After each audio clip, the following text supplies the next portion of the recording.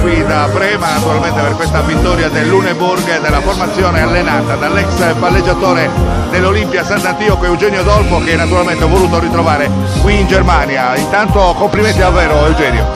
Grazie mille Renato, mi fa piacere che ci siamo visti dopo quasi 3 anni. Sì. La Sagna è rimasta nel mio cuore, oggi mi hai portato fortuna, diciamo. Abbiamo vinto 3-1 e sì, non è stata facile. L'esordio in campionato non è mai facile, abbiamo un gruppo nuovo, i ragazzi è la prima volta che giocavano insieme, siamo riusciti a vincere 3-1, un set regalato, abbiamo tanto da lavorare adesso e soprattutto in allenamento fondamentali, insomma, c'è da lavorarci.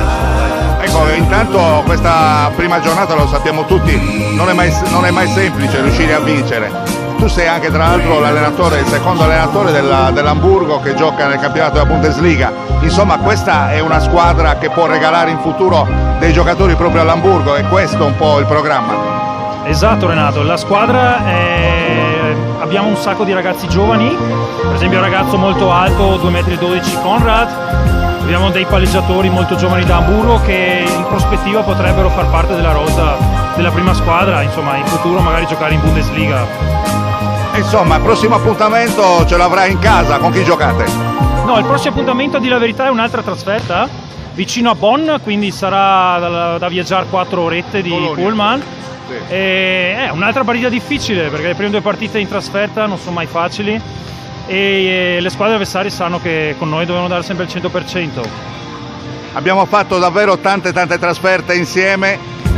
Qui dalla Germania cosa vuoi dire ai tuoi vecchi tifosi del Comando Lions e ai tuoi vecchi compagni dell'Olimpia Sant'Antioco? Tante battaglie insieme. Mi sono rimasti nel cuore. Io prima o poi insomma verrò, magari durante l'estate tornerò in Sardegna, rimango in contatto con tanta gente da Sant'Antioco e mi fa sempre piacere, insomma nel mio cuore rimane sempre il bel ricordo delle 2 stagioni vissute a Sant'Antioco. Con grande emozione voglio salutare naturalmente te e la tua squadra e farti un grande in bocca al lupo, Eugenio, perché lo meriti, sei davvero un ragazzo stupendo. Crepi il lupo, Renato. Grazie a tutti, grazie per la cortese attenzione. Dalla Germania per oggi è tutti, da Renato Scanu naturalmente la più cordiale, buonanotte, ciao!